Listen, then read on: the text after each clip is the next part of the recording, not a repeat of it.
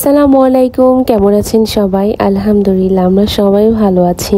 গ্রামে গেলে প্রতিদিন আমার দাওয়াত থাকে, দাওয়াতের উপরে আমার দিন শেষ হয়ে যায়। দেখা গেছে যেদিন ঢাকায় ব্যাক করব সেই দিন দুপুরেও দাওয়াত খেয়েও ব্যাক করা লাগে, এমন একটা অবস্থা হয়। আজকে চলে যাচ্ছি আমার বড় ফুপুর বাসায়। আমার বড় ফুপু দেখা গেছে যে প্রতিবারই আমরা যখন গ্রামে যাই তখনই সে আমাদের দাওয়াত করে, আর উনি বলে যে আমি যতদিন বেঁচে আছি ততদিন তোরা আমার বাড়িতে আসবি, আমার বাড়িতে এসে দাওয়াত খাবি, আমি সবাইকে নিয়ে একসাথে দাওয়াত খেতে চাই। দুপুরে খাওয়া দাওয়া শেষ করে আমার ফুফাতো বোন একটা ভর্তা বানিয়ে দেয়, এটার নামটা আমি ভুলে যাই। ভর্তা খেয়ে বিকালের দিকে আমরা একটু ঘুরতে বের হই, মানে আমার ফুপুর বাড়ি সব জায়গায় একটু আশেপাশে একটু ঘুরে দেখি, কারণ এই বাড়িতে আমি অনেক এসেছি। যেহেতু আমার ফুফাতো বোন আর আমি প্রায় সমবয়সী, ওর কাছে এসে আমার অনেক থাকা লাগতো, আবার ও আমার কাছে যেয়ে থাকতো আমার দাদার বাড়িতে আর কি। আমরা 4-5টা হাঁটছিলাম আর বলছিলাম যে এখানে অনেক স্মৃতি, ওইখানে অনেক স্মৃতি। হাঁটাহাঁটির পর আমরা এক পর্যায়ে ভাবিদের বাড়িতে যাই। ভাবি বলতে আমার ফুফাতো ভাইয়ের ওয়াইফদের ঘরে আমরা যাই, তাদের ঘরটা একটু ভিজিট করে আসি, যেহেতু তারাও নতুন ঘর করেছে, আলাদা হয়েছে।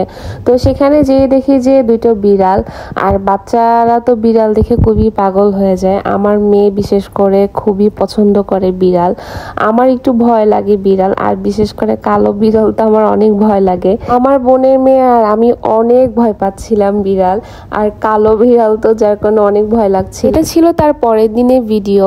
আমরা সেদিন যাই আমার জায়ের বাবার বাড়িতে, আমার নতুন জায়ের বাবার বাড়ি আর কি।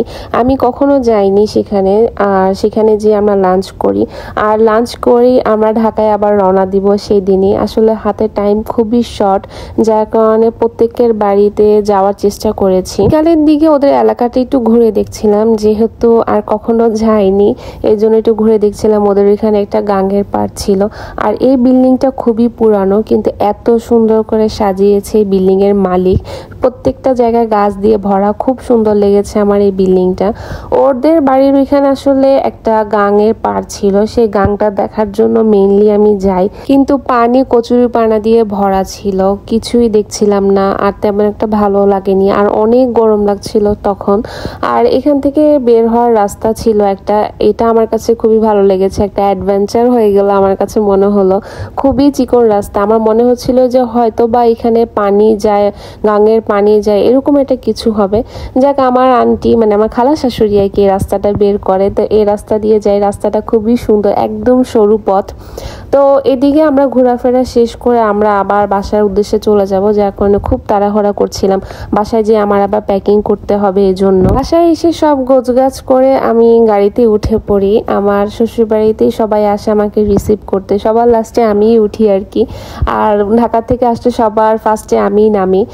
তো এদিকে বাচ্চারা খুব এনজয় করছিল, আর গাড়িতে তখন মানুষ অনেক ছিল, অনেক বলতে আমার আপুরাও তো ছিল, তার সাথে আমার মামি ছিল, আমার ছোট খালা ছিল, তারাও ঢাকায় যাবে, তারা ডাক্তার দেখাবে, যার জন্য বড় একটা গাড়ি নেওয়া হয়।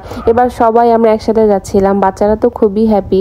আর আমার ছেলে এদিকে ঘুম থেকে উঠেই নাচানাচি করছিল, কারণ গান চলছিল গাড়িতে, এর জন্য ও খুবই নাচানাচি করছিল। এদিকে আমার খালাতো ভাইকে বলছি যে ওর মন ছটফট করছে আর কি, সামনে আসার জন্য, ওদের সাথে নাচানাচি করবে, এই জন্য। অ্যাকচুয়ালি গ্রামে গেলে তেমন একটা থাকা পড়ে না, আর যতদিনই থাকি ততদিনই আমাদের দাওয়াতে দিন শেষ হয়ে যায়, কারণ আমরা অনেকদিন পর গ্রামে যাই, আর সবাই চায় যে সবার বাড়িতে যেন একবার হলো যেন যাই, এই জন্য সবাইকেই টাইম দিই, আর এই জন্য রাত করেই রওনা দেওয়া হয় আমাদের সবার। এই রাস্তা দিয়ে বের হয়ে যখন হাইওয়ার রোডে উঠি তখন দেখলাম যে প্রচুর জ্যাম। আমি গ্রামে থাকতেই শুনেছি রাস্তায় নাকি প্রচুর জ্যাম, বিশেষ করে টোলের সাইডে অনেক নাকি জ্যাম ছিল। জানি না টোলের সাইডে কেন এত জ্যাম ছিল, অনেকক্ষণ বসেও থাকা লাগলো সেখানে।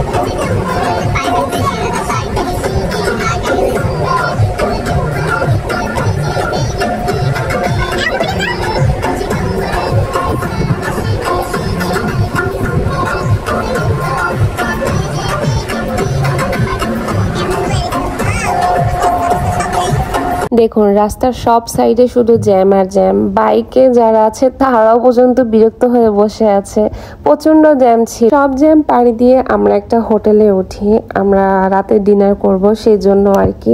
আর এই হোটেলে আমি আরো অনেকবার এসেছি, বিশেষ করে বাচ্চাদের খুব ভালো লাগে এই হোটেলটা, কারণ এখানে একটা প্লে জোন আছে, এই জন্য আবার সেলফি বুথ আছে, আবার প্রাইভেট জোনও আছে, যে যেটা চায়। হোটেলটা ভালোই বড়, আর খাবারের মানটাও খুব ভালো। আমরা সেদিন নিয়েছিলাম খিচুড়ি, চিকেন খিচুড়িটা খুব ভালো লেগেছে। বিফ খিচুড়ি নিইনি, কারণ এতদিন আমরা শুধু বিফই খেয়েছি। তো খাওয়া দাওয়া শেষ করে আমরা এবার আবার রওনা দিচ্ছি ঢাকার উদ্দেশ্যে। তো দেখলাম যে বাহিরে আবহাওয়াটা ভালো লাগছিল। বাসায় যাওয়ার পথে মামি আমাদের জন্য মিষ্টি নিয়ে নেয়, কারণ আমার মামাতো ভাই প্রথম আমাদের বাসায় যাচ্ছে সেজন্য। এটা তার পরের দিন সকালের ভিডিও। সকালবেলা উঠে দেখি বৃষ্টি হচ্ছে অনেক। ঢাকায় কিন্তু ভালোই বৃষ্টি হয় আর ঠান্ডা ওয়েদারও, কিন্তু গ্রামে তেমন একটা বৃষ্টিও হয় না, আর ওয়েদারও ছিল অনেক গরম। জানি না কেন এমন লাগছিল। আর আমাদের ঘর পুরা মেসি হয়ে আছে, কারণ সব জায়গায় কাপড় চোপড় দিয়ে। আমি এদিকে আমার ব্যাগ ট্যাগ নিয়ে আমি আমার বাসায় চলে যাচ্ছি। আমি সেখানে এগুলা সেট করব।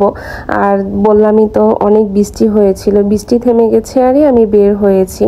তো আজকে ছিল এই পর্যন্তই। নতুন একটা ব্লগ নিয়ে আপনাদের সামনে আসবো। আল্লাহ হাফেজ।